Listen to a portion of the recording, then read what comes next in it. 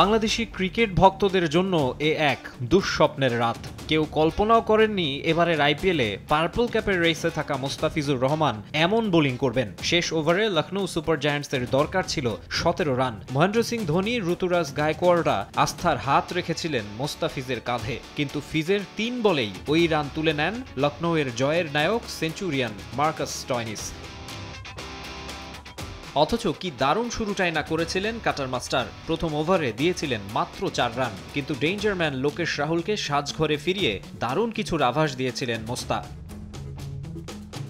তবে তার bowling continue করেনি সিএসকে। স্লগ ওভারে গুরুদায়িত্ব দিতেই তার ওভারগুলো রেখে দিয়েছিল ইয়েলো আর্মিরা। 15তম ওভারে নিজের দ্বিতীয় ওভারটি করতে আসেন মোস্তা, কিন্তু ওই ওভারে 13 রান দেন তিনি। এরপর আবার গ্যাপ। 18তম ওভারে বল হাতে টাইগার পেসার অপেক্ষায় ছিলেন ঘুরে দাঁড়ানোর, কিন্তু এদিন অপ্রতিরোধ্য পাগলাটে স্টয়নিস। এ ওভারেও হাঁকান 2 ছক্কা, যোগ করেন 15 রান। 3 ওভারে 32 রান দিলেও লাস্ট ওভারে কাটার মাস্টারেই ভরসা ছিল ধোনিদের, কিন্তু সবাইকে হতাশ করেন মোস্তাফিজ।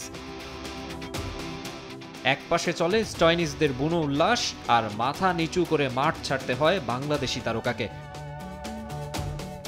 অথচ এবারের আইপিএলে শুরু থেকে পার্পল ক্যাপের রেসে ছিলেন ফিজ।